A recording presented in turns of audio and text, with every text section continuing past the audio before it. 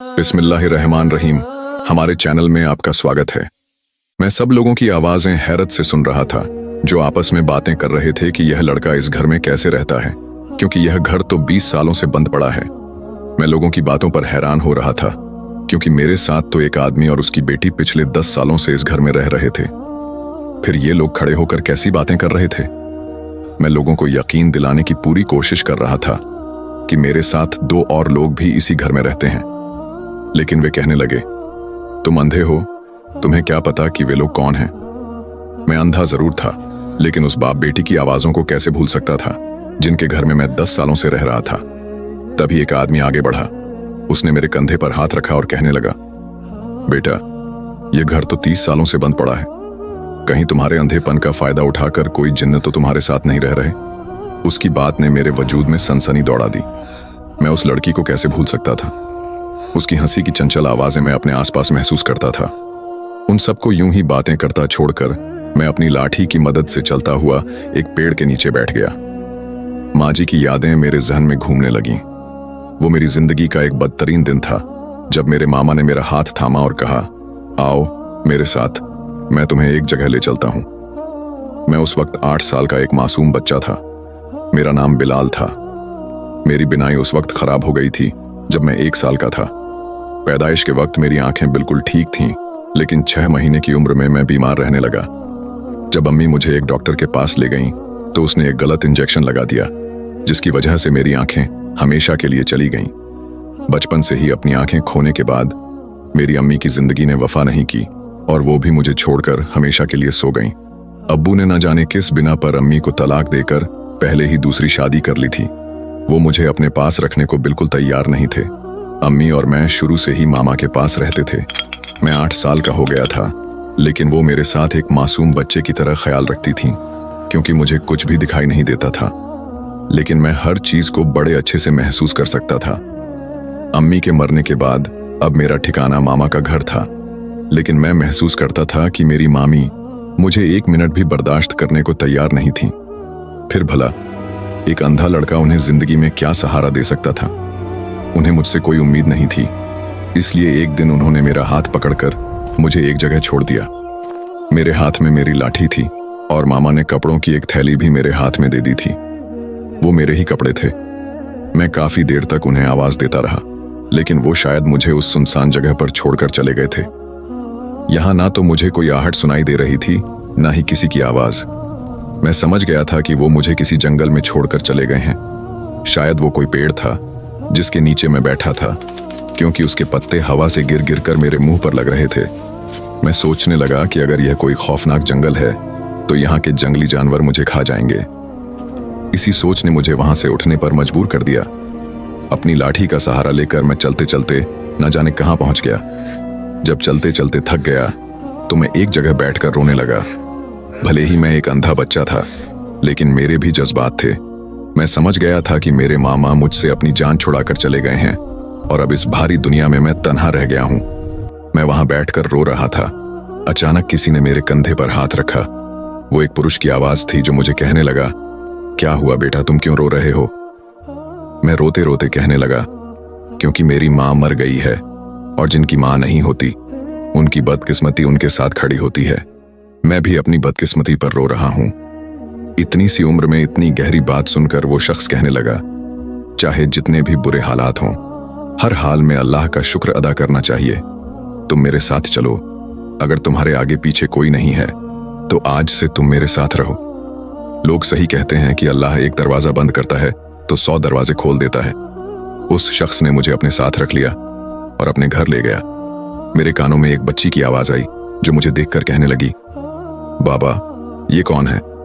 उस बाबा ने उस बच्ची से कहा, ये आज से हमारे साथ इस घर में रहेगा रुखसार। फिर उसने मेरा हाथ थामा और कहा, आओ चलो हम खेलते हैं। अब मैं उन दोनों बाप बेटी के साथ उस घर में रहने लगा। मैं नहीं जानता था कि वो कौन थे, कहाँ रहते थे। बस मैं उस घर में खुश था, क्योंकि वो दोनों मेरा भरपूर ख्याल रखते थे। उसकी बेटी का नाम रुखसार था। वो देखने में कैसी थी मुझे नहीं मालूम, लेकिन वो जैसी भी थी मुझसे बहुत प्यार भरे लहजे में बात करती थी। धीरे धीरे मैं उसका आदी होता जा रहा था, क्योंकि वो मेरे उठने बैठने, सोने, खाने पीने की हर चीज का ख्याल रखती थी। मैं बार बार सोचता था कि कहीं मैं उससे मोहब्बत तो नहीं करने लगा। वो मेरे कुछ कहने से पहले ही हर काम कर देती थी। मैं 8 साल की उम्र में हर चीज से अनजान था। ना मुझे कुरान पढ़ना आता था, न पढ़ने लिखने का पता था। मैं देखता था कि जब भी वो आदमी अपनी बेटी को कुरान की तालीम देता तो एक दिन मैं भी उसके पास जाकर बैठ गया। रुखसार मुझसे कहने लगी, क्या तुम भी कुरान पढ़ना चाहते हो? मैंने कहा, हाँ, मुझे बहुत अच्छा लगता है जब तुम इसे पढ़ती हो। वो बोली, ठीक है, जब मेरे बाबा मुझे पढ़ाएंगे तो मैं तुम्हें पढ़ा दूंगी। रुखसार मुझे कुरान शरीफ पढ़ना सिखाती और उसका मतलब भी बताती। मैंने कुछ ही दिनों में कुरान पाक बहुत अच्छे से पढ़ना सीख लिया था। इस तरह मैंने उससे कुरान पढ़ना सीख लिया। मैं रुखसार की आंखों से देखता था, उसकी नजरों से हर चीज को महसूस करता था। वो मुझे सब कुछ बताती थी कि ये चीज ऐसी नजर आती है, वो चीज वैसी नजर आती है। धीरे धीरे मैं जवान होता जा रहा था और रुखसार भी जवान हो गई थी। हमारे बीच मोहब्बत भी बढ़ रही थी। मैं 18 साल तक इस घर से बाहर नहीं निकला था, लेकिन आज जब इस घर की खामोशी महसूस करके मैं बाहर निकला तो लोगों का हजूम जमा हो गया। वो तरह तरह की बातें कर रहे थे। वो मुझे हैरानी से देख रहे थे और कहने लगे, तुम इस घर में रह रहे हो? हमने तुम्हें आज पहली दफा देखा है।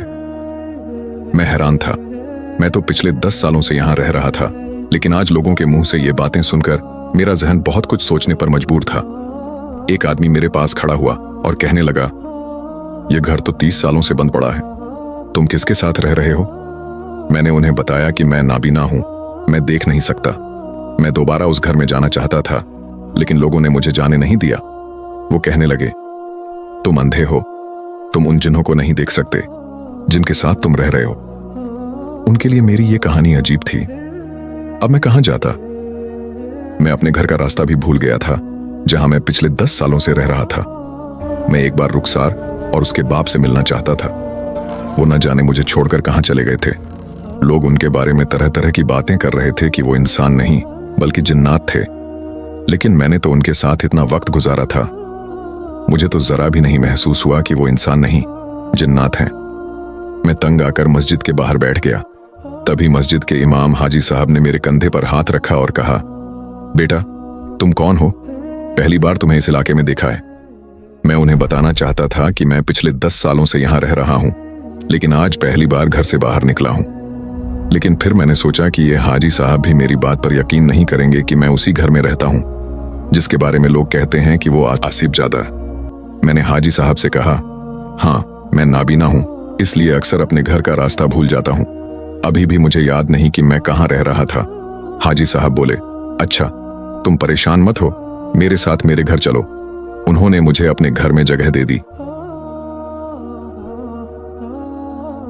अगले दिन जब उन्होंने मुझे कुरान और नमाज पढ़ते देखा तो हैरान होकर बोले, बेटा, तुम तो नाबीना हो, फिर तुम्हें यह सब किसने सिखाया?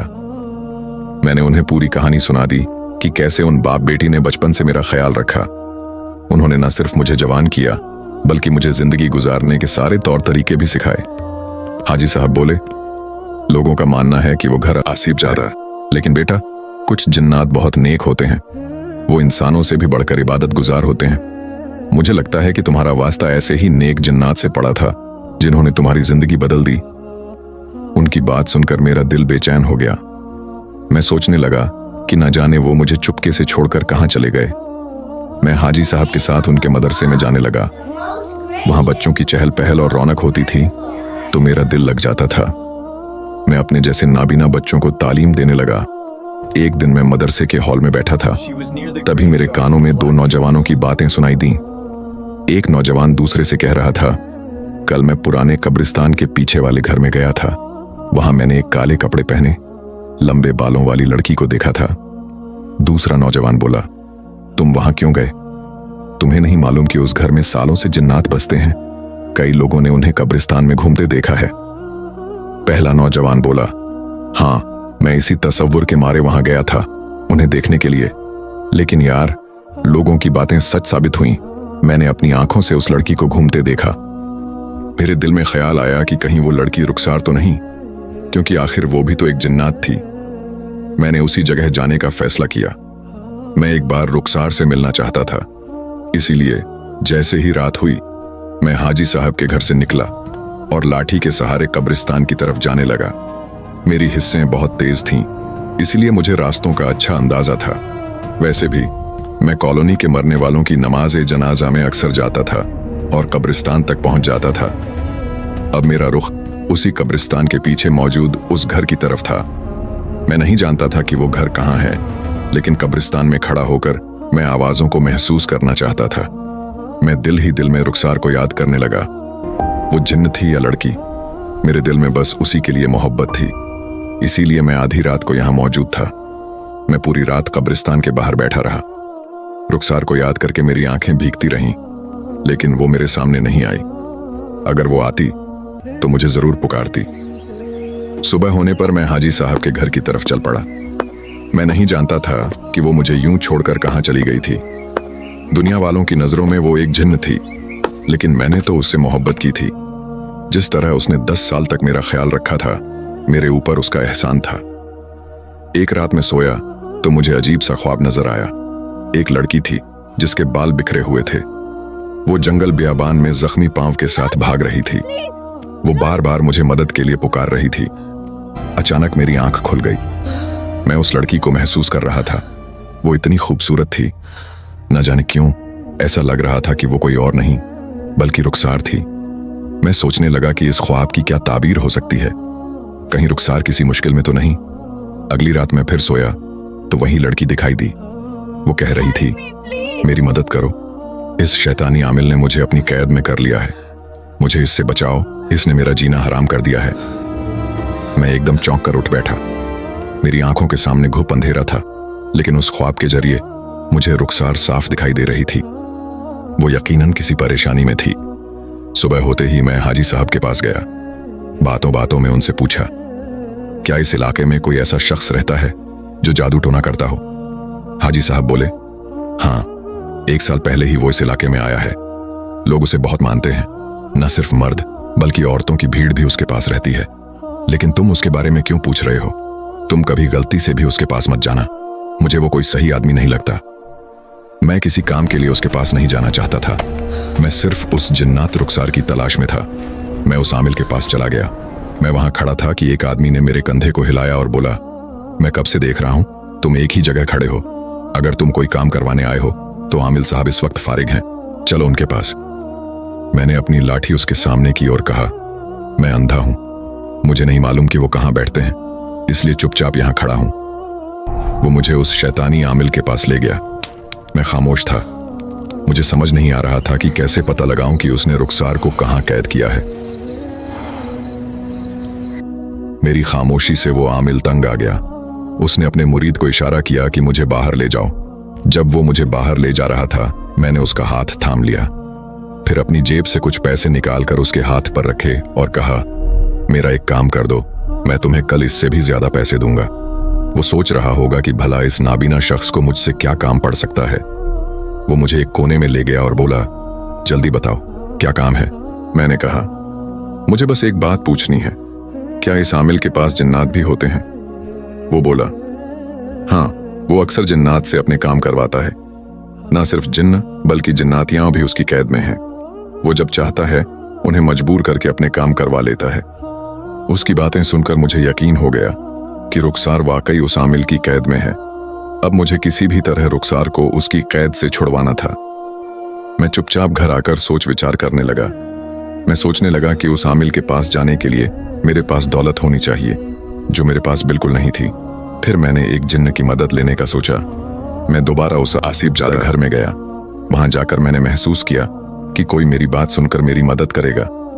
अचानक मेरे कानों में किसी की आवाज आई। वो रुखसार का बाप था जो मुझे पुकार रहा था। मैं उसकी आवाज सुनकर हैरान रह गया। मैंने कहा, आप और आपकी बेटी रुखसार कहां गायब हो गए थे? वो बोला, हम मजबूर होकर तुम्हें यहां अकेला छोड़कर चले गए थे, क्योंकि मेरी और मेरी बेटी की जान को खतरा था। वो खतरा किसी और से नहीं, उसी आमिल से था। वो एक शैतानी आमिल है। जब से वो इस बस्ती में आया है, उसने सारे जिन्नात का जीना हराम कर रखा है। कभी वो किसी को कैद कर लेता है, कभी किसी पर जादू करता है। आखिरकार उसकी नजरों में हम दोनों बाप बेटी भी आ गए। हमारा कबीला नुकसान नहीं पहुंचाता, इसलिए हम मजबूर होकर ये घर छोड़कर चले गए। लेकिन तब तक उस आमिल ने मेरी बेटी को अपनी कैद में कर लिया। मैं इस घर में वापस आकर अब दिन रात उसका इंतजार करता हूं। मैं उस आमिल के पास भी नहीं जा सकता, वरना वो मुझे भी कैद कर लेगा। मैंने कहा, आपका मुझ पर बड़ा एहसान है, मैं आपकी मदद करना चाहता हूं। मैं रुखसार को उस आमिल की कैद से छुड़वाऊंगा। वो जिन्न बोला, अगर तुम मेरी बेटी को आजादी दिलवाओगे तो मैं तुम्हारी मदद करूंगा। मैंने कहा, ठीक है, वो आमिल लालची है, उसे पैसे की हवस है, हमें एक नकली खजाना चाहिए। मैं वो खजाना लेकर उसके पास जाऊंगा और कहूंगा कि अगर उसने मेरा काम कर दिया तो मैं ये सारा खजाना उसके हवाले कर दूंगा। वो जिन्न बोला, खजाना हासिल करना मेरे लिए मुश्किल नहीं, मैं वो नकली खजाना जमीन से निकाल कर तुम्हें दे दूंगा। मुझे इस बात की खुशी थी कि इस काम में मैं अकेला नहीं था। मैं हाजी साहब के घर लौट आया। वो मेरा इंतजार कर रहे थे। वो बोले, बेटा, आजकल हालात ठीक नहीं है, ज्यादा बाहर मत रहा करो। मैंने उनकी बात मान ली क्योंकि उन्होंने मुझे अपने घर में जगह दी थी। अब मुझे ये काम छुप कर करना था। अगली रात मैं चुपके से घर से निकला और उस आसिफ जादा घर में जा पहुंचा। मैं जानता था कि वो जिन्न अपनी बेटी को छुड़वाने के लिए बेताब होगा। उस जिन्न ने वो नकली खजाना मेरे हवाले कर दिया। मैंने उसे छुपा कर रख लिया। अगली सुबह मैं उस आमिल के पास गया। वहां लोगों की भीड़ थी। मैं उन्हें देख तो नहीं सकता था, लेकिन उनकी आवाजें महसूस कर सकता था। मैं एक कोने में खड़ा हो गया। मुझे किसी की मदद चाहिए थी। मैंने उस मुरीद की आवाज सुनी जो मेरे बराबर में खड़ा था। मैंने उससे कहा, मुझे उस आमिल के मुरीद से मुलाकात करनी है। उसने फौरन मुरीद को मेरे पास भेज दिया। मैंने उससे वादा किया, अगर तुम मेरे काम में मदद करोगे तो मैं तुम्हें बड़ा इनाम दूंगा। मेरे पास बहुत दौलत है। वो मुझे आमिल के सामने ले गया। मैंने कहा, मैं एक खास काम के सिलसिले में आया हूं। मैं नाबीना हूं। मैं जानता हूं कि कोई लड़की मुझसे शादी नहीं करेगी। मैंने सुना है आपके कब्जे में जिन और जनजादियां हैं जिनसे आप काम करवाते हैं। मुझे एक जनजादी से शादी करनी है, ये बदले में मैं आपको दौलत दूंगा। मेरी बात सुनकर वो आमिल हैरान था। वो बोला, तुम पागल तो नहीं हो जो एक जिन्नात से शादी करोगे? तुम अंधे जरूर हो, लेकिन दिखने में खूबसूरत नौजवान हो। मैंने कहा, मेरी खूबसूरती मेरे अंधेपन के आगे बदसूरत है। मेरी जिद है कि मैं एक जिन्नात से शादी करना चाहता हूं। वो मुझसे ताकतवर होगी और मेरा ख्याल रखेगी। उसने थोड़ा सोचा और बोला, अगर मैं तुम्हारा काम कर दूं तो तुम मुझे क्या दोगे? मैंने अपनी चादर से वो खजाना निकालकर उसे दिखाया और कहा, यह तो सिर्फ छोटा सा हिस्सा है, मेरे पास इससे ज्यादा दौलत है। मैं वो सारी दौलत आपको दे दूंगा। खजाने के लालच में उसने मेरा काम करने की रजामंदी जाहिर कर दी। मैं एक उम्मीद लेकर उसके पास से लौटा। उस रात मैंने उस जिन्न को बताया कि मुझे यकीन है कि रुखसार जल्द हमारे साथ होगी। अब मेरा सुबह शाम आमिल के पास आना जाना शुरू हो गया। हाजी साहब ने मुझसे कहा, बेटा, मैं क्या सुन रहा हूं कि तुम उस शैतानी आमिल के पास जा रहे हो। मुझे तुमसे ये उम्मीद नहीं थी। मैं शर्मिंदा हो गया। मैं उन्हें क्या कहता कि मैं किसी की मदद के लिए वहां जाता हूं। मैंने उनसे माफी मांगी और वादा किया कि अब वहां नहीं जाऊंगा। लेकिन मुझे वहां जाना था क्योंकि रुखसार को मेरी जरूरत थी। एक दिन मैंने आमिल से कहा, मुझे जल्द वो अमल शुरू करना है जिससे वो जिन्नात मेरे साथ शादी करने को राजी हो जाए। आमिल बोला, ठीक है, ये अमल तुम्हें 40 दिन तक करना होगा। उस जिन्नात को मैंने अपनी कैद में किया है, लेकिन वो मेरी बात नहीं मानती। मैं उससे तंग आ गया हूं। अगर मैंने उसे आजाद किया तो वो मुझे नुकसान पहुंचाएगी। इसीलिए तुम्हें पहले ये अमल करके उसे अपने काबू में करना होगा। मैं सोच रहा था कि अगर वो रुखसार को मेरे सामने लाए तो वो मुझे जरूर पहचान लेगी, लेकिन मुझे नहीं पता था कि वो कहां कैद है। आमिल ने कहा, यह अमल तुम्हें यहां से दूर एक गुफा में करना होगा। वहां एक बूढ़ा फकीर रहता है जो किसी को आने जाने नहीं देता, लेकिन मेरी बात मानता है। मैं उसे कह दूंगा, वो तुम्हें गुफा में ठहरने देगा। तुम्हें 40 दिन तक वहां बैठकर यह अमल करना होगा। इस दौरान तुम किसी से नहीं मिल सकते। मैंने आमिल से कहा, मुझे कोई नुकसान तो नहीं होगा? वो बोला, नहीं, तुमने मुझे खजाना देने का वादा किया है, तो तुम्हारी हिफाजत मेरी जिम्मेदारी है। उस रात मैंने रुखसार के बाप को सारी बात बताई। वो जिन्न बोला, मैं उस बूढ़े फकीर की जगह गुफा में जाऊंगा। अगर मैं उस अमल का राज जान लूं तो न सिर्फ मेरी बेटी बल्कि बाकी जिन्नात भी उसकी कैद से आजाद हो जाएंगे। जिस रात मुझे गुफा में जाना था, उस जिन्न ने बूढ़े फकीर को ढूंढकर उसे घर में कैद कर लिया और उसका रूप धर लिया। वो मुझसे पहले गुफा में चला गया। मैं आमिल के पास गया और उसने बोला, मैं जिन्नात का बाल मंगवाता हूँ और उस पर खास अमल करता हूँ। इस तरह वो मेरे काबू में आ जाता ही है। ये वो राज था जिसे मैं जान गया था। उसने मुझे एक बाल थमाया और कहा, तुम्हें इस पर गुफा में अमल करना होगा। मैंने आमिल से कहा, मुझे किसी और से नहीं बल्कि आपकी कैद में मौजूद उस जिन्नात से शादी करनी है जो मेरी उम्र की है। पहले उसका नाम बताइए। आमिल नाराज हो गया, लेकिन मैं अपनी जिद पर अड़ा रहा। थोड़ी देर बाद उसने नाम बताया। वो कोई और नहीं, रुखसार थी। मैंने खुशी खुशी रजामंदी जाहिर की। अब मैं पूरे दिल से अमल करने को तैयार था। आमिल मुझे गुफा में छोड़ गया। मैं खुश था कि रुखसार का बाप मेरे साथ था। जैसे ही मैंने रुखसार के बाल पर अमल शुरू किया, उसके चीखने की आवाजें मेरे कानों में आने लगी। मैं डर गया कि कहीं उसे तकलीफ तो नहीं हो रही, लेकिन यह सब उसे छुड़वाने के लिए था। कभी मुझे उसकी रोने की आवाज सुनाई देती, कभी चीखने की। ऐसा लगता था जैसे वो तकलीफ से बिलबिला रही हो। यह सिर्फ मुझे सुनाई दे रहा था, उसका बाप इससे अनजान था। अगर वो ये चीखें सुन लेता तो मुझे अमल करने की इजाजत नहीं देता। पहला दिन खत्म हुआ तो चीखें बंद हो गईं। मैं बेबसी से बैठा रहा। उसका बाप बोला, मेरी बेटी ठीक तो है ना? मैंने तसल्ली दी, हाँ, 40 दिन बाद वो आपके पास होगी। हमारा खाना पीना सोना सब गुफा में था। जब मुझे खाने की ख्वाहिश होती, वो जिन्न चंद लम्हों में खाना हाजिर कर देता। मैंने उसे वो राज नहीं बताया कि आमिल जिन्नात के बाल से अमल करता है। दूसरे दिन फिर वही तकलीफ भरी चीखें सुनाई दी। मैं उन्हें नजरअंदाज करता रहा क्योंकि मुझे रुखसार को आजाद करवाना था। कई दिन बीत गए और आखिरी रात आ गई। उस रात मौसम खराब था, बारिश हो रही थी और बिजली की गड़गड़ाहट दिल दहला रही थी। मैं ये नज़ारे देख तो नहीं सकता था, लेकिन सब सुन रहा था। तेज हवा से बारिश का पानी गुफा के अंदर तक आ रहा था। मुझे हर हाल में अमल पूरा करना था। जैसे ही मैंने अमल शुरू किया, बारिश और रुखसार की तकलीफें मुझे परेशान कर रही थीं। मेरे सिर में दर्द था, कंधों पर बोझ था, लेकिन मैंने अमल जारी रखा। आखिरकार रात बीत गई और 40 दिन का अमल पूरा हुआ, लेकिन रुखसार मेरे सामने जाहिर नहीं हुई। मुझे गुस्सा आया। क्या मेरी मेहनत बेकार हो गई? मैं आमिल के पास पहुंचा। वो बोला, तुम्हारी मेहनत बेकार नहीं हुई। अब मैं उस जिन्नात को तुम्हारे साथ भेजूंगा। वो तुम्हारी गुलाम बन जाएगी। थोड़ी देर बाद मुझे उसकी खुशबू महसूस हुई। मेरा दिल उसे पहचान गया। उसने खुशी खुशी मेरे साथ जाने की रजामंदी जाहिर की। आमिल बोला, तुम्हारा काम हो गया। मैंने इस जिन्नात को तुम्हारे हवाले कर दिया। अब वो खजाना मुझे दे दो। मैंने नकली खजाना उसके हवाले कर दिया और रुखसार के साथ उस घर में लौट आया जिसे लोग आसिफ जदा कहते थे। रुखसार बोली, मैं तुम्हें पहचान गई। तुम वही हो जिसे मेरे बाप ने 10 साल तक अपने घर में रखा। तुमने आमिल के साथ मिलकर मुझे अपनी बंदी बना लिया। मैंने कहा, मैंने तुम्हें गुलाम नहीं बनाया। मैंने ये सब तुम्हें उसकी कैद से छुड़वाने के लिए किया। तुम्हारे बाप ने मेरी मदद की। अगर तुम्हें यकीन नहीं तो उनसे पूछ लो। उसके बाप ने मेरी बातों की तस्दीक की। रुखसार बार बार मेरा शुक्रिया अदा करने लगी। मैंने कहा, मैंने ये लालच में नहीं किया। ये तुम दोनों के एहसानों का बदला चुकाने की कोशिश थी। मैं भले नाबीना हूं, लेकिन मैंने तुम दोनों की आंखों से इस दुनिया को देखा है। रुखसार बोली, तुम बहुत अच्छे इंसान हो। मुझे तुम्हारे साथ रहने में कोई एतराज नहीं, लेकिन मैंने कहा, मैं तुम्हें अपने साथ नहीं रखूंगा। तुम अपने कबीले में जाओ और अपनी जिंदगी गुजारो।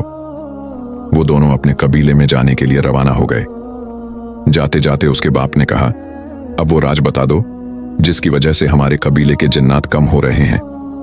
मैंने कहा, वो आमिल तुम्हारे बाल लेकर खतरनाक अमल करता है जिससे तुम्हारी ताकत खत्म हो जाती है। तुम्हें अपने बालों की हिफाजत करनी होगी। वो दोनों ये राज जानकर बहुत खुश हुए और अपने कबीले में चले गए, लेकिन मैं रुखसार की जुदाई महसूस करने लगा।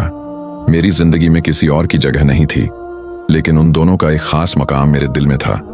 मैं हाजी साहब के घर लौट आया। वो मुझसे पूछते कि मैं कहाँ था, लेकिन मैं कहता कि किसी जरूरी काम से गया था। हाजी साहब की कोई औलाद नहीं थी।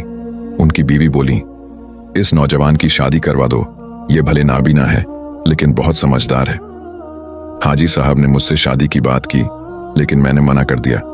मैं किसी पर बोझ नहीं बनना चाहता था, लेकिन हाजी साहब ने जबरदस्ती मेरा रिश्ता एक लड़की नसीम से तय कर दिया। मेरी शादी हो गई, लेकिन नसीम हर वक्त रोती थी। वो कहती, मैं किसी और को पसंद करती थी। मेरी किस्मत तुम जैसे अंधे के साथ फंस गई। उसकी बातें मुझे दुख देती थीं। एक दिन मैंने कहा, अगर तुम्हें मेरा साथ पसंद नहीं तो तुम मुझे छोड़कर जा सकती हो। वो बोली, मैं तुम्हें छोड़कर जाऊं ताकि लोग कहें कि तलाक लेकर अपने माँ बाप के घर बैठ गई। अब मुझे जिंदगी भर तुम्हारे साथ रहना पड़ेगा। मैं अपनी शादी से खुश नहीं था। एक दिन नसीम की बातों से तंग आकर मैं एक सुनसान जगह पर पेड़ के नीचे बैठ गया। अचानक मुझे एक अजीब सी खुशबू महसूस हुई। कोई मेरा अपना मेरे आसपास था। थोड़ी देर बाद रुखसार की आवाज आई। वो बोली, तुम्हारे बताए राज की वजह से हमारे कबीले के सरदार ने हमें खास मर्तबा दिया है। तुम जब भी उदास होंगे मैं तुम्हारे पास होऊंगी। क्या मैं जान सकती हूं कि तुम आज इतने मायूस क्यों हो? मैंने कहा, हाँ, मैं अपनी नाकाम मोहब्बत की वजह से उदास हूं। जिससे मैं मोहब्बत करता था वो मेरी किस्मत में नहीं थी। वो हैरत से बोली, वो लड़की बड़ी बदनसीब होगी जिसने तुम्हारा साथ ठुकराया। मुझे बताओ, मैं उसे राजी करूंगी। मैंने कहा, रुखसार, मैं तुमसे मोहब्बत करता था। मैंने सिर्फ तुम्हें चाहा है। वो हैरान थी। फिर बोली, सच पूछो, मैं भी तुमसे मोहब्बत करने लगी थी, लेकिन मेरे बाप ने समझाया कि तुम अभी जवान नहीं हो। तुम्हारे जज्बात बदल जाएंगे तो मैं तुम्हारी जुदाई कैसे बर्दाश्त करूंगी। अगर मुझे पता होता कि तुम मेरे लिए ये जज्बात रखते हो तो मैं तुम्हें कभी नहीं छोड़ती। मैंने कहा, मैं शादीशुदा हूं। अगर तुम कहती तो मैं तुमसे शादी कर लेता। वो बोली, ठीक है, अब तुम अपनी बीवी के साथ खुश रहो, लेकिन मैं तुम्हारी एक मदद करना चाहती हूं। हमारे कबीले के हकीम ने एक जड़ी बूटी ढूंढी है जिससे तुम्हारी आंखों की रोशनी लौट सकती है। मैं हैरान रह गया। उसने मुझे वो दवा दी। 3 दिन तक इस्तेमाल करने के बाद मुझे धीरे धीरे सब दिखाई देने लगा। जब मैंने पहली बार नसीम को देखा, वो अच्छी खासी थी, लेकिन हर वक्त चिड़चिड़ाती थी। मैंने उसे बताया कि मैं ठीक हो गया हूं। वो हैरान थी। उसे यकीन नहीं हो रहा था। मैंने कमरे की हर चीज का जायजा लिया और उसे बताया। वो बहुत खुश थी। शायद उसे इस बात का दुख था कि उसकी शादी एक नाबीना से हुई थी। मैं एक बार रुखसार से मिलना चाहता था। 2 दिन बाद मैं उसी जगह पहुंचा जहां वो मुझसे मिलने आई थी। जब वो मेरे सामने जाहिर हुई, मैं उसे देखकर हैरान रह गया। वो बेहद खूबसूरत और मेहरबान थी। मैंने उसका शुक्रिया अदा करना चाहा। वो बोली, जिंदगी की हर मुश्किल घड़ी में तुम मुझे अपने साथ पाओगे। मेरी ख्वाहिश है कि तुम अपनी बीवी के साथ खुशहाल जिंदगी गुजारो। वो चली गई। आज मैं नसीम के साथ खुशहाल जिंदगी गुजार रहा हूं, लेकिन मेरे दिल के एक कोने में रुखसार की याद आज भी मौजूद है। उसकी याद में मेरी आंखें भीग जाती हैं। मैं छत पर खड़ा उसी के बारे में सोच रहा था, तभी नसीम की आवाज आई। वो मुझे खाने के लिए बुला रही थी। उसका रवैया अब मेरे साथ ठीक हो चुका था। कैसे एक लावारिस अंधे लड़के ने अपनी छोटी सी दुनिया बसा ली थी। ये कोई नहीं जानता था कि मैंने ये सब अकेले नहीं किया था। कोई मखलूक थी जिसने मेरी जिंदगी में मदद की थी। नाजरीन, अगर आपको हमारी ये स्टोरी पसंद आई हो तो प्लीज हमारे चैनल मूनलाइट को लाइक करें, सब्सक्राइब करें और अपने दोस्तों और फैमिली मेंबर्स के साथ शेयर करें। शुक्रिया। अल्लाह हाफिज।